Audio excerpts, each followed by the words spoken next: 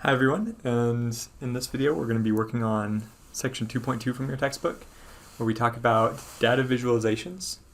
The charts and graphs we can make for quantitative data. And I'll also show you how to make some of these things in Excel. So again, we're going to be looking at graphs and making graphs for quantitative data.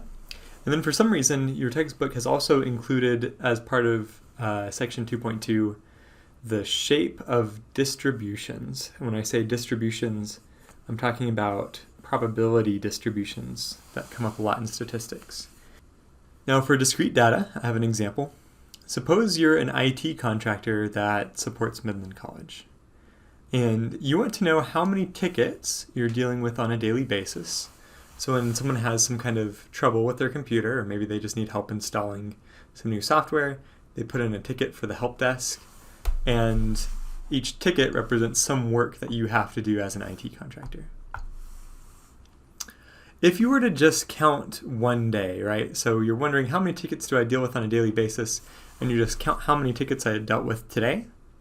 That might not be representative of a typical day, because on any given day, maybe more people need help with their computers, or maybe fewer people need help with their computers. And usually, if you want to get the idea of what a typical day is like, you don't just look at your last day, but maybe you look over several days and average them together. So what we've done here is put together a table where we have the date for several days and also the number of tickets that let's say the IT folks saw at Midland College. And so one IT contractor on the 30th of August maybe dealt with 6 tickets, and then the next day dealt with 12. And this is a perfect example of why you can't just rely on one single day to tell you what a typical day is like, because again, traffic may vary. Some days you may have up to 14 or 15 tickets, and then other days you may have as few as 5 tickets. So with the workload varying a bit, and you wanting to get a good idea of what would be like your average or your median day, it's good to look at more days, right? The more days you look at, then the better your answer is going to be for an average day. But this is the data that we have to deal with. And this would be discrete data, because notice we're talking about numbers of tickets, which means you can't have 2.5 tickets, you can't have 3.14 tickets, but actually the number of tickets has to come in discrete packets, so either 0 tickets or 1 or 2 or 3. This is why we talk about discrete data. Now, I just over here put this discrete data into a frequency distribution. So for each number of tickets, starting with 5 tickets and going up to 17 tickets, I've also listed the number of days out of this time period here for which we had 5 tickets. So there's one day where we had 5 tickets, 3 days when I had 6 tickets, 7 days when I had 1 day when I had 7 tickets, 5 days when I had 8 tickets, and so on. So this would be another frequency distribution. Once you have a frequency distribution, you can create a histogram for your discrete data. And what a histogram is, it looks a lot like a bar chart, and it kind of is a vertical bar chart, right? So histograms are reminiscent of bar charts. But whenever we're talking about numerical data, or I should say, whenever we're talking about quantitative data, we call it a histogram. And whenever we're talking about categorical data, or categorical data is also known as qualitative data, we call the vertical bar chart a bar chart. So histograms and bar charts have a lot in common. It's not uncommon to get those two mixed up, but we use bar chart for categorical data, and we use histograms for quantitative data. So of course, in the histogram, if this bar representing 6 tickets in a day is 3 tall, that means then there were 3 days in which I had 6 tickets per day, right? And so looking at this kind of gives you a feel that a typical day for an IT consultant means that maybe you get somewhere between 8 and 12 tickets based on this histogram. And you can apparently have some days where you receive 17 tickets, but that's really uncommon. That seems kind of like an outlier. There also could be some days where you receive just 5 tickets, but also relatively uncommon. And so this data visual does give us quite a good glimpse into the life of maybe an IT consultant. We were just talking about discrete data. Now we're going to change gears and talk about continuous data and give another example. Now suppose you're a sports analyst and you want to know, to what extent does height factor into whether an athlete can play as a starting center in the NBA? Right, so we know that in general, NBA players are relatively tall. A center is just a position on a basketball team. And so, among all of the high-performing athletes in the world, whether they can or can't play as a starting center in the NBA, most of them can't. But to get some insight into this question, you might actually survey the NBA starting centers and find out what are the heights of those players, right? And if we find that they have a good distribution of heights, well, then maybe height doesn't play as much of a factor for that position. And if we find that they all are extremely tall, that might tell us that maybe having a really large height is a requirement to be a center in the NBA. So let's just take a look at what data we have here. So this is the height of the starting center for all of the NBA teams, is what you're looking at in this table. So for example, the Chicago Bulls, their starting center has a height of 84.2, and I believe this is in inches. I believe that's 84.2 inches. And I'm having trouble remembering what is 84 divided by 12. But I think that's like 7 feet tall, right? 7 times 12 would be 70 plus, yeah, that would be 84 inches. So this guy right here is 7 foot tall, basically, the guy who is the starting center for the Chicago Bulls. And so all of these, whenever you look at the numbers, they're all in like the 80s. 90, wow, that's impressive. That'd be like 7 foot 6 inches. All these people are just extraordinarily tall humans. And so we're talking very tall people. But anyways, here's our table of data of the team, and then the height of the starting center for that team. Now what we can do is we can make a frequency distribution table for this data, but whenever I have continuous data, it's going to look different a little bit from my frequency distribution table that I made for my discrete data, right? So right now we're dealing with the continuous case, but just to point out the differences, I'm going to back up the slide a little bit until I can get to the table for discrete data. What I want to show you is that for our discrete data table, each row represented a number of tickets. So we had like 5 tickets, 6 tickets, 7 tickets, 8 tickets, and each number of tickets had a certain number of days associated with it. However, the deal with continuous data is someone's height could be anywhere on the range of real numbers, right? So someone's height might be 72.71968, and take it to as many decimal places as you want, but people's height can be on a full range of values. And for the purpose of this table, I actually rounded it to the nearest tenth of an inch. But still, if I were going to make a separate category or a separate row in this table for every tenth of an inch, my table would just be ridiculously long. My table would be ridiculously long. I would have like 72.0, 72.1, 72.2, 72.3, 72.4, 72.5, and so on. And by the time I got to like 93, where I want the max end of this table to be, I would have something like 200 rows of my table. And so without having to create a 200 row table, and then also the other downside to that would be the other column here, the number of starting centers with those exact heights. And basically you'd be dealing mostly with zeros and ones for each one of those particularly exact heights. And so instead, what we're going to do is we're going to create buckets. And so these ranges of values for height, this is what we call buckets, because if I give you a range from a lower bound 72 to an upper bound 74.9, this bucket is going to catch quite a few players. Well, actually, that bucket caught 0. But as a better example, this bucket from 78.0 up to 80.9, this bucket, which covers about 3 inches in range of height, catches like 4 players.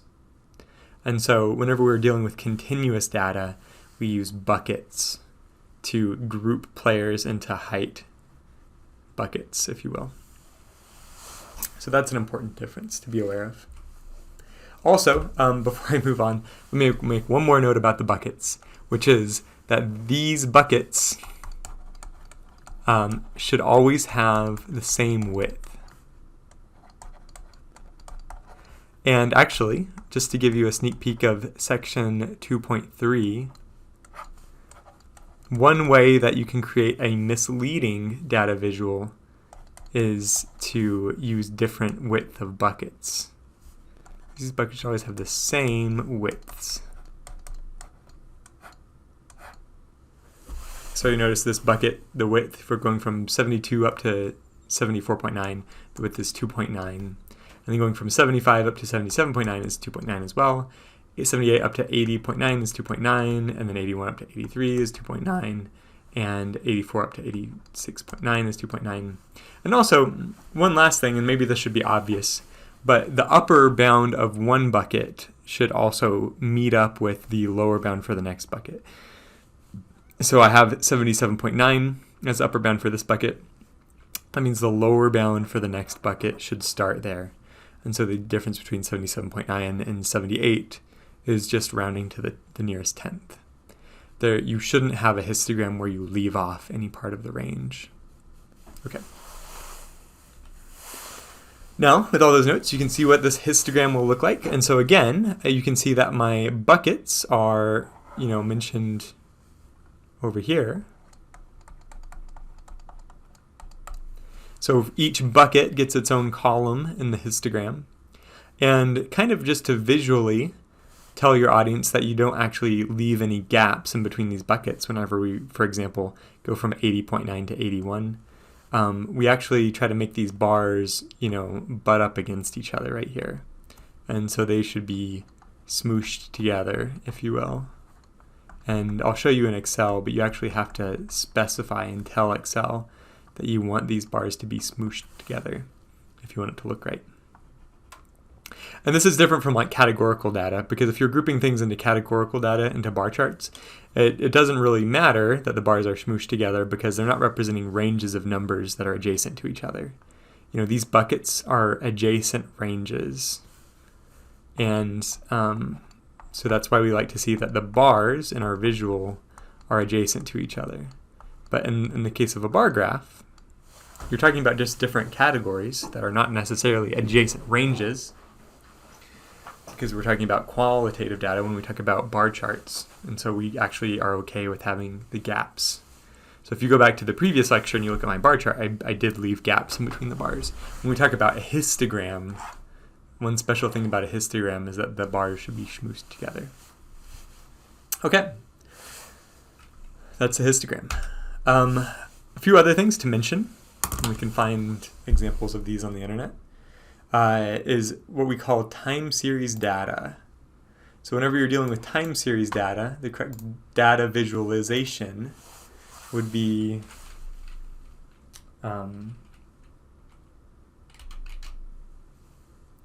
excuse me, I just blanked. The correct data visualization for time series data is a trend. And kind of one example would be like a stock market trend. And so here is what it looks like if you type in VOO into Google. VOO is the S&P 500 index, which is kind of just an index to see how is the US economy doing. And you can click on like 5 years. And the idea is that for a time series data trend, on the horizontal axis, so the flat axis going from left to right, you always have the time. And on this axis, you can see 2018, 2019, 2020, 2021. Let me zoom in a little bit so maybe you can see it better. And 2020, of course, on the right. And so the time is increasing from left to right. And then on the vertical axis, you're actually having, the values of the data, of the quantitative data you've collected. So in this case, it's the value of this particular S&P 500 index. And, you can see it as it goes from left to right. Of course, there's ups and downs. But one trend in the stock market is always generally goes up, even following this, big disaster, COVID slump.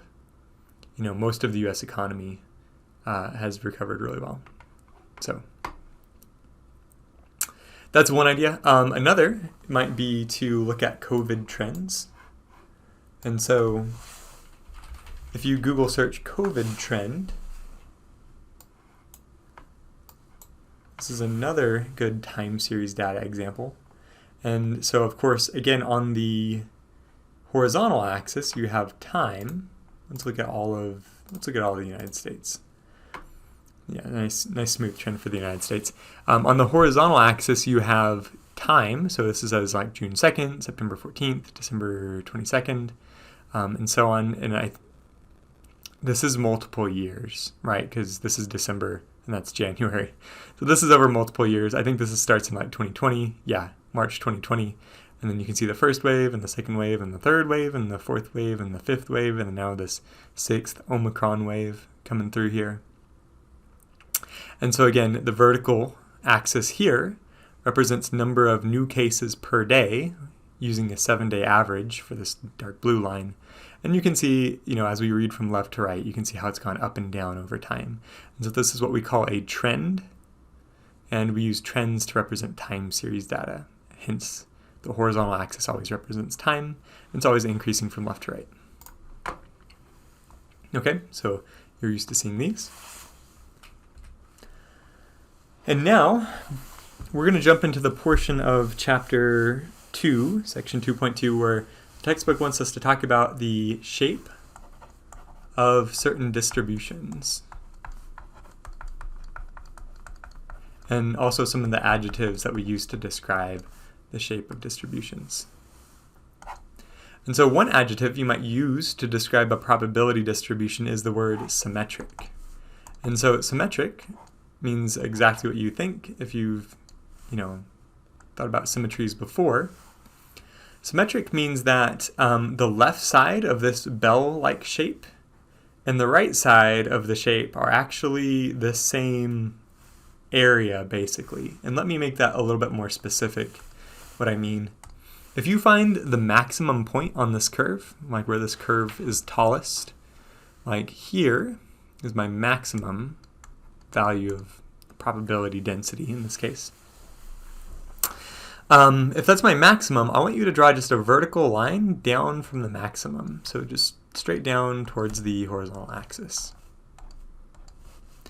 And when I talk about the left tail of this distribution, I mean the area underneath this red curve that lies to the left of that vertical line where the maximum is, so to the left of this green line that I'm drawing, and above the horizontal axis. And so I'll just shade in my horizontal axis so you can see it better. And then the right tail, what I mean by the right tail is this area that's underneath the red curve to the right of the vertical line where the maximum value is and above the horizontal axis. And so I've color-coded the left and right tails, and whenever I say that they have equal weight, I mean equal area under the curve. So this little bell is symmetric because the left tail and the right tail have the same area under the curve on either side of that maximum value. Okay, so that's what it means to be symmetric. What it means to be skewed right, this is another adjective that we use to describe the shape of a distribution. We might say that it's skewed right. And again, we're going to draw this vertical line at the maximum value of this distribution. And we'll notice that my right tail is fatter than the left tail, which just means there's more area under the curve to the right of that maximum line, or that vertical line where the maximum is. And just for some extra bonus vocabulary, that vertical line that we put at the maximum of that curve, that's what we call the mode. And then of course, if the right tail is larger than the left, that means the left tail is smaller than the right. And this is how you identify a right skewed distribution. You shouldn't be surprised then that what we mean by a left skewed distribution is just the opposite of this. So left skewed distribution is where, when you look at the area underneath the curve to the left of the mode line, this area is larger than the area to the right of the maximum, or to the right of the mode. So we say that the left tail is the fat tail. And if the left tail is the fat tail, we say it's skewed left.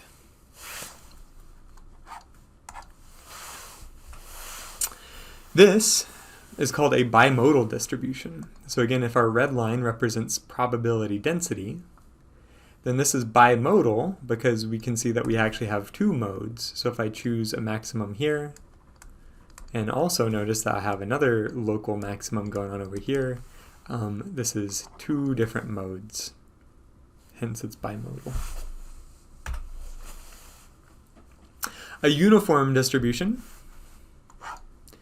You know, when people wear uniforms, either as part of the military or maybe part of a marching band, part of a soccer team, whatever. When people wear uniforms, that means they all look the same. And so a uniform distribution just says that your probability density is equally distributed. So it looks the same everywhere you look. That's what we mean by uniform.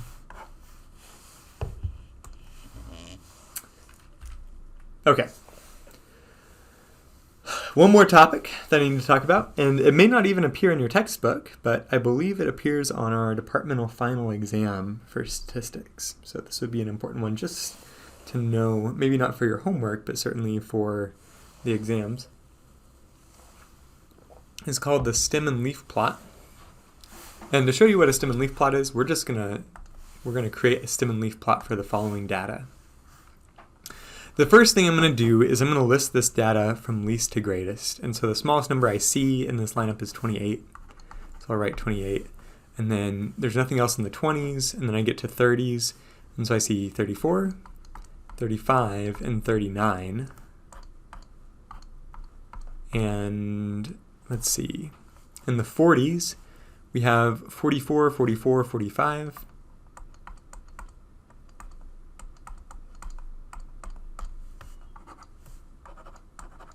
And also 47. Almost missed that one.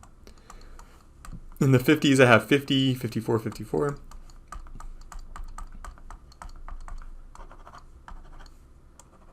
And then in the 60s, I have 61. So now that I put them in order, from least to greatest, I can start to draw my stem and leaf plot. And so to draw a stem and leaf plot, we're going to draw a vertical line. And then I'm going to look at the first digit of each of my numbers. So the first digit is what I'm going to call my stem. And then my second digit is what we call the leaf of a stem and leaf plot. And so I'll put a 2 over here because I have a 28. I'm going to put a 3 over here because I have some numbers in the 30s, a 4 over here because I have some numbers in the 40s, a 5, and then a 6 because I have numbers in the 50s and 60s. And then for 2, I'm going to write an 8 on the other side of this vertical bar because I have 28. And then for the 3, I'm going to write 4, 5, 9 because I have 34, 35, and 39 as part of my data set. For the 4, I'm going to write 4, 4, 5, 7, because I have 44, 44, 45, and 47. And then for the 50s, I've got 50, 54, and 54. So notice I'm just writing the second digit of each number. And then for the 61, I write 1 next to that 6. And this is a stem and leaf plot.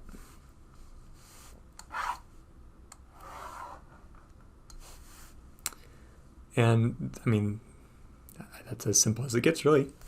And next page, I'm sorry this is so grainy, but what it says is for the following stem and leaf plot, write out the data set it describes. And so writing this data set, reading the stem and leaf plot, remember this are the stems, or the first digits, and this side is the leaves, or the second digits. So it looks like I've got in this data set 34, 39, and then 41, 42, 44, 50. I have nothing going on in the 60s actually. Then 75, 75, 78, and then 81, 83.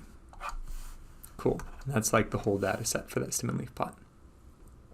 Now, you might be asking why in the world would I want to represent data in a stem and leaf plot, and that's an excellent question. I can tell you that modern day, with all of the computers that we have available to us, I don't think that anyone's really creating stem and leaf plots anymore. The one thing that I can think of it being particularly useful for is if you are just trying to create data visuals by hand. This is a very easy data visual to make. And it sort of resembles a histogram if your buckets are each, if you have the bucket for like 30 to 39 and 40 to 49 and 50 to 59 and 60 to 69, 70 to 79, 80 to 89. If those are the buckets you're choosing, this actually looks quite a bit like a histogram. And if you don't believe me at first, I will show you. Let me just get out Microsoft Word real quick. And what I'm going to do is screen clip this thing, steal that stem and leaf plot. I'm going to copy it into Microsoft Word, paste it, because I just want to rotate this. And now rotate it on its side, maybe this looks a little bit more like a histogram. So again, for my bucket of 30 to 39, these bars that are made by these sideways numbers, they're going to be taller if that bucket in the histogram has more measurements that fall within the bucket, right? And so looking at this this stem and leaf plot, whenever I lay it on its side like this, I can tell that this distribution is bimodal. It kind of looks like the bimodal distribution that I showed you on this slide, right? There's like two little peaks. So maybe looking at this data that you put into a stem and leaf plot, you say, oh yeah, that looks bimodal. Okay. And let's just do the same thing with the one that we made and see if there's anything that we can glean from taking this stem and leaf plot here, copying it into Microsoft Word, and then just rotating on its side. Again, not a terrible histogram really, because I can tell that my mode appears to be somewhere in the 40s. That bucket of my histogram has the most measurements. And this is not bimodal, it actually looks unimodal. Looks like it's one mode, and it appears to be relatively symmetric as well, right? The bars on the left side and the right side, they seem to be suggesting that this is kind of a symmetrically shaped probability distribution. So that would be the benefit of a stem and leaf plot. We're not going to make stem and leaves on Excel, but we may try to take this data here and put together a histogram using Excel for our, okay, so let me get that together really quick. Okay, so in Excel, I just want to show you that in this Excel spreadsheet, what I have in the first column is the day, and in the second column I have the number of tickets. And so this is the data that I used corresponding to my first example in this lecture. So corresponding to this bar chart. What I want to show you is how to build this up by first making the frequency distribution table and then making this bar chart using Excel. So in the frequency distribution table, my first column was going to be number of tickets that we got during the day, and then the second column was the number of days with that many tickets, right? And so just really quick, let's find out what was the minimum and maximum for the number of tickets in a day. So for minimum, I type equals min, open parentheses, and then I'm going to select this whole group of cells that has all of my tickets in it, all my numbers. So it turns out the minimum of those was 5, and I'm just going to, well, I'm going to go ahead and select this little formula here, then Control-C to copy, Control-V to paste it in the cell below, and of course it's still giving me 5 for the minimum, but to get the maximum I'll just change that from min to max as my cell formula there. So I found that the minimum number of tickets in a day was 5 and the maximum was 17. And so let's just put in every number between 5 and 17, so 5, 6, 7, 8, 9. If you get tired of typing, you can just drag these down to 17. And then to find the number of days that correspond to that, I'm going to use another count function. So I'm going to do count equals count if, open parentheses. Again, my range is going to be that same range, so I'm going to type B2 through B31. And then my criteria for what I'm looking for is actually just that it's 5 tickets that day. So I'm going to click on that cell and do close parentheses. So there was one day with just 5 tickets. And before I drag this down, I'm going to use, what do you call it, dollar signs in here to make these B2 through B31 range stay input. In fact, let me just show you what it looks like if you fail to do that properly, right? So if you don't put in the dollar signs and we look at this COUNTIF function, that range will move down with the cell formula, and it will leave these number of tickets, you know, sort of not counted for, right? So if we want it to stay accurate, what we have to do here is actually just drop in some dollar signs. So it's $B, $2, $B, $31. And then you can actually double click in the bottom right corner of the cell after you've selected it. And that's going to fill in the correct formula. So now if I go back to that cell formula, you can see it's actually selecting the right ranges. Okay. Anyways, if you want to make it look nice, the way I made it look nice in my PowerPoint, sometimes I like to add some green shading to the top where my headers are, do all borders, and then I like to center it both vertically and horizontally. And that's a nice looking table. Okay. Now that I have a table, if I want to make a bar chart, then what I'm going to do is select the data part of it, and maybe also select, I don't know, that may or may not help if you select the header. But I'll select the stuff and I can click Insert on the ribbon. I'm going to go back to my vertical 2-column bar chart. And sure enough, this did not do it correctly. So maybe you can see there's an issue here. What it did is it created a bar for number of tickets in a day and bars for number of days, but that's not really what I want. So I'll show you how to fix that. I'm going to click on chart title and get rid of that thing first of all. And then I'm going to right click anywhere inside the chart and click Select Data. And what I don't want is I don't want number of tickets in day to be like a data category, right? That's actually what I want to be my horizontal axis. And so I'm going to select the number of tickets in a day to be my horizontal category axis labels. And then I'll click OK. and see if that worked. And it seems like it's actually working for me, because I've got, yeah, just 1 for 17, 1 for 5, 3 for 6. This actually seems like it's checking out. I'm going to get rid of this legend because I only have one thing going on for my categories. And maybe you don't like that color because I don't like that color. So we'll click on the bars, maybe right click on the bars, format data series, go over to the spill bucket. We're going to go to fill, solid fill, and then now you can choose whatever color you want. You can choose a nice green if you want to. You may also want to change the border. Like in this one, I'll just say no line. There we go. A little bit nicer. Again, if you want to make this more readable, I definitely pop that into black font and then bump the size up to 11-point font so you can read it easier.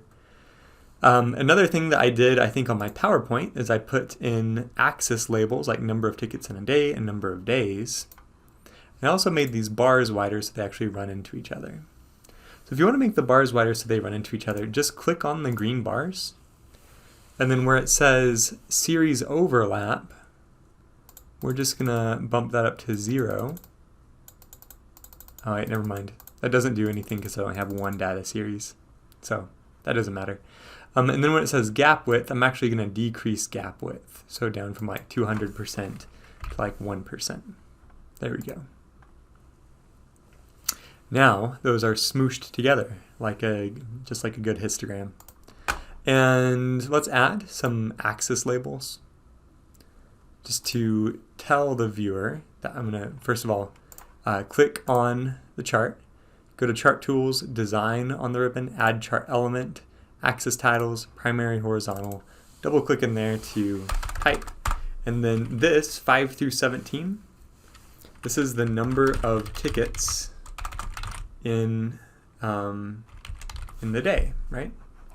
And then let's make that 11-point font black so we can see it better whenever we copy and paste it into like a paper or a PowerPoint slide.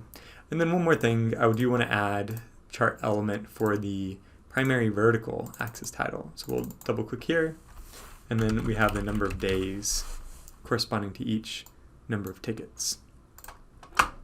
I'll make that black, and then I'll boost it to 11-point font. And then, you know, these bars are smooshed together, and maybe they don't need to be that smooshed together, so I might increase like the gap width to like 5%. They're still pretty smooshed, but you can see where the individual bars are. That's really up to you. There's a little bit of leeway for personal preference here. And maybe you might be curious about like, how do I actually put this into a paper, right? So if I'm writing a paper for some reason and I want to actually copy this graphic in here, well, you might say, I counted the number of tickets per day for a month, and this is what I found.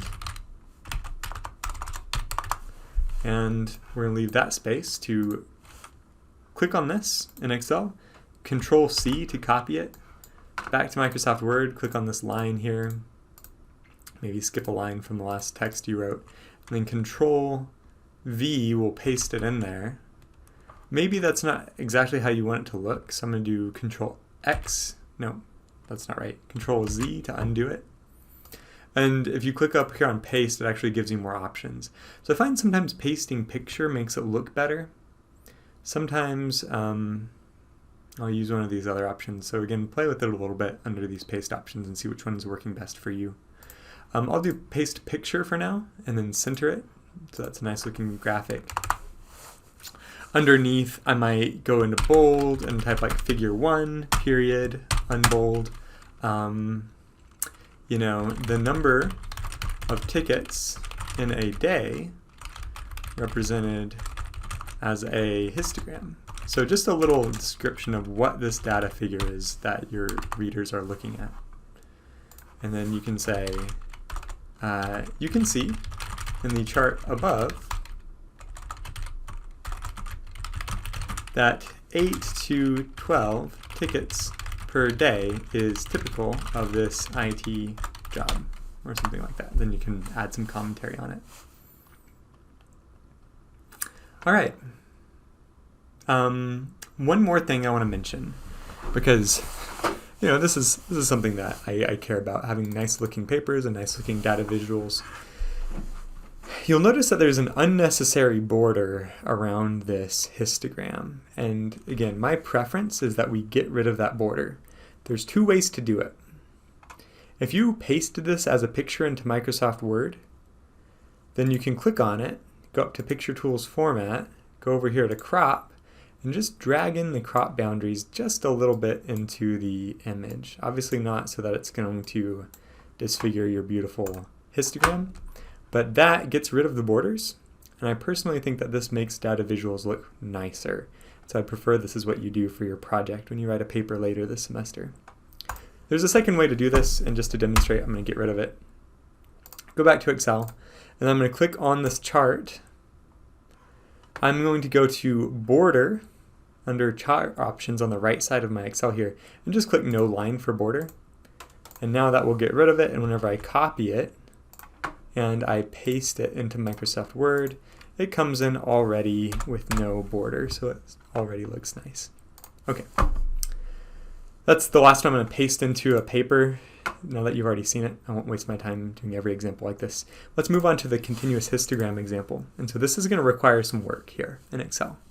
Notice with my example in my PowerPoint that I showed you, we were looking at data that included the height of the starting center for each of the NBA basketball teams. And so what we did is we created a frequency distribution table that included buckets of heights starting at 72 and going in groups of 3 inches. Like 2.9 inches was my bucket width. We had to keep all the bucket widths the same. And then we created a histogram. So let's try that again. And this time I'm going to show you how to do it in Excel. So here's my data. I'll zoom in so you can see it. And the first thing we need is that relative frequency histogram, or that frequency, what am I trying to say? I think I misspoke. The frequency distribution table, that's what we're going for. I'll type it out here. Frequency distribution table. That's step number 1. So the first column was the buckets of heights of starting centers.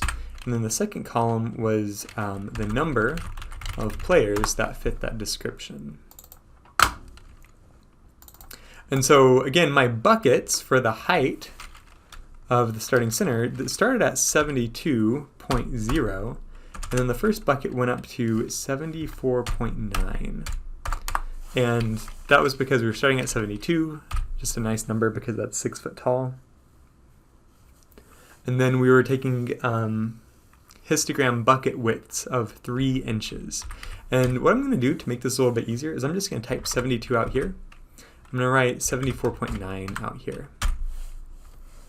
And then below that I'm going to type in equals and then select the cell above it with the 72 and then plus 3. So it's going to add 72 plus 3 to get 75. And then as I drag this down, it's going to drag out to more and more multiples of 3 basically. And then I'll do the same thing over here. So equals, select that cell, plus 3. And this is going to give me the, oops, not plus 0.3. This plus regular 3. So this is going to give me the upper bounds of each bucket. So this is the lower bound and upper bound of each bucket on each row. And I like this because now, rather than doing a lot of typing, what I can do is equals on this cell, and then not number, what am I looking for? It wasn't number, it was text. Okay, so I'm going to do equals text, open parentheses, and then I will go over to this, the cell with a 72 in it, comma, and then it asks me how do I want to format that. I want it to be number, period, number, just because I want it to be 72.0 to look nice. Close parentheses, ampersand, open quote, space, dash, space, close quote. I accidentally typed enter, that's why I got an error. Sorry, let me pick that up where we left it off. So ampersand, quote, space, dash, space, close quote, ampersand, and then I'm going to do the same thing. Well, actually, I don't think I need to. I think I just need to select 74.9. And that looks just like it did before. Well, except for that. Hold on. There we go. That's what I wanted. So I had to remind myself how to use this text formula. But whenever I try to represent 72 as 72.0 in the cell, I need 00.0 as the format type. So now that I've got that going on, I can actually just drag this down. And rather than having to type all those out by hand, Excel does it for me. So once you learn a few Excel tricks, things go by a little bit faster. Now I want to know what is the number of players that belongs to this particular bucket. And for any of these, I'm going to click or type in equals in the cell, the word count, and then IFS for count ifs. Open parentheses. In the range I'm going to select, that's B2 through B31, I think. Yep, 31. Comma. Criteria 1 is that it has to be, quote, greater than or equal to, close quote, ampersand, and then I'm going to move over and select the cell that has 81 in it, right, in the H column here. Okay, comma, that finishes the criterion. And then the next range I want is actually the same one, which is B2 through B31, comma, and this is going to be less than or equal to, so quote, less than, equal, quote, ampersand, and then I want that to be less than the cell in I7, which is like 83.9. Close quote. And what this is now telling me is that 14 of the players fall inside that height category. And so I'll drag this formula up and down just to, so there's an issue, and bonus points if you know what this issue is. But the issue here is that I forgot to lock down my B range right here. So in blue, what I need to do to lock that down is I need to add a dollar sign in front of 2 and a dollar sign in front of 31. So that will keep that blue range from moving in the vertical direction whenever I copy this formula by clicking on the bottom right side of the cell and dragging it down, and then clicking on the bottom right and also dragging it up. Just to check, let's see how many teams I have. So just selecting the teams, it tells me that this is 30 rows, so I should have 30 teams in the NBA. And if I select this and I look down here under sum, it says I have 30 total players that I'm considering. Since I actually don't have any players that are taller than 92.9, I could get rid of these numbers down here. Make this table look nice. I'll center everything both vertically and horizontally. Add some borders. Put a little bit of green, shading in for the header. And that's looking like a nice frequency distribution table. Of course, doing this by hand is maybe a little bit easier if you don't have a lot of Excel skills, but I want you to be able to do it by hand and using Excel, just because if you're going into business or anything else, it's nice to have skills using Microsoft Excel. All right, so now that I have my frequency distribution table, I want to pop in a histogram, and that's the easiest part of this particular lesson. So I select everything going on here in this table, and I'm going to click Insert. I'm going to go back over to my 2-column vertical bar graph, and now it's looking pretty good. I'm going to get rid of this chart title because I don't like chart titles. I'm going to click on this and make the font black and size 11. Same thing for these labels. There we go. A little bit more readable. I want these bars to be squooshed together, so I'm going to let the gap width be 5%. So whenever I click on the bars and it brings up Format Data Series, type in 5% for the gap width. And now I have a nice looking histogram where the heights of the bars are telling me how many players fall within these buckets of height. And other things I need to do is maybe add height in inches as an axis label on the bottom, and the number of starting centers as an axis label in the y direction. And other than that, it looks like we are good to go. So here, going back to my graph here, I might add an axis title on the horizontal side. of course, I like to make the font black, size 11 font, and I'll type in height in inches. And then I'm also going to go back here to Chart Tools, Design, Add Chart Element, Vertical Axis Title, type in number of starting centers, and then double click here, or maybe 3 clicks, however many clicks it takes, to do black font color and size 11 font. And now, finishing touches, I'm going to do no line for the border around the graph, so I can copy and paste it into a paper. And this is one other thing that I forgot to tell you about pasting into Microsoft Word, is that a typical paper, what you and I usually print and read on, is 8.5 by 11, which means that it's 8.5 inches wide and 11 inches long. And what I find, if it's an 8.5 inch wide paper, it's nice if your graph uses all of that width that it can. So rather than being 5 inches in width, I'm going to make it 6.5 inches in width, just to make it fit the width of the paper. And then it kind of looks a little bit squished, like in the vertical direction. And so to give it a little bit more room in the vertical direction, I usually use 3.5 inches as the height. But again, there's a little bit of personal preference at play here, so you can do what you want. Again, you just Control-C to copy it, and then using Microsoft Word, Control-C to paste it. And that's a nice looking histogram. Or if you think it looks better, you can, in Microsoft Word, go over to Paste, and the drop-down menu pasting as picture sometimes works better for me. Okay. Time series data.